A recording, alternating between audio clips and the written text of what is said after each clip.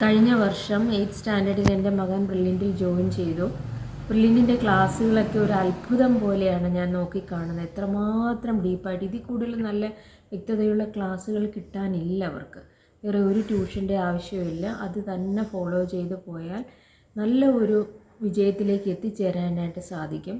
8th join ചെയ്തെങ്കിലും ഒരു പകുതിയോളവും ക്ലാസ്സുകൾ നന്നായി കേട്ടു പോകാനായിട്ട് സാധിച്ചു. പിന്നീട് സ്കൂൾ അല്പം ദൂരെ ആയതുകൊണ്ട് അത്ര സമയം കിട്ടാതെ വന്നത് കാരണം കുറച്ചൊക്കെ ലാഗിങ് ഉണ്ടായിരുന്നു.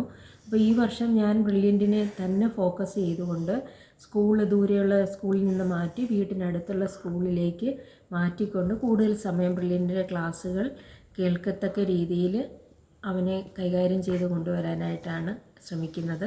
പ്രൊമോഷൻ ടെസ്റ്റിന് വേണ്ടിയിട്ട് പ്രിപ്പയർ ചെയ്യുന്നുണ്ട്.